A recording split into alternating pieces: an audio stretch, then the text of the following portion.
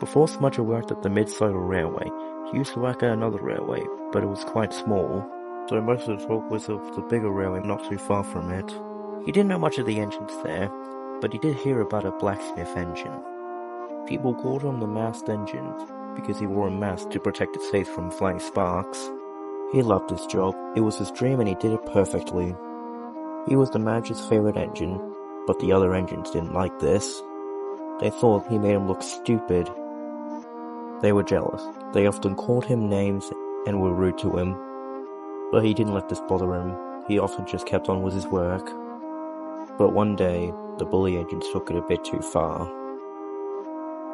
They tried to pull a prank on him, which resulted in his shed getting set ablaze, and the blacksmith engine was tragically burned and killed in the accident. The other engines didn't want to get in trouble for it, so they blamed him. And the manager believed them. He was ashamed of the engine, and he sent the rest of him for scrap. But the driver of the dead engine was filled with nothing but rage from the manager believing the bully engines. He took the body of the dead engine and just disappeared. People speculated he went to the UK, because nothing was heard of him ever since. Until a few months later, some trucks were next to the shed where the bully engines were in, and they could hear the drivers laughing while listening to the radio. It was pretty foggy that night, so they couldn't see the shed doors. But the laughing stopped as they heard 3 knocks at the door. They thought it was just an animal, so one of them went to try and scare it off.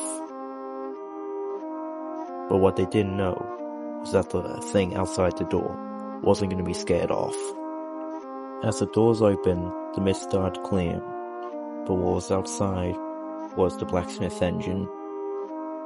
But it was different.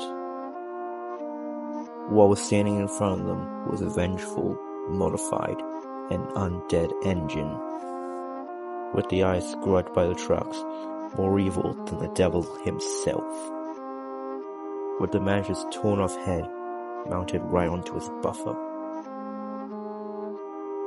All the trucks could see now was just the engine charge into the sheds, and see blood and intestines splat all over the windows. The screams were horrible, and they could hear the engines and drivers getting finished off with its flamethrower. The police were called and arrived the next day, but they only found the fried and mangled bodies, but no sign of the killer. No one knows, and better yet, wants to know where the blacksmith engine is now.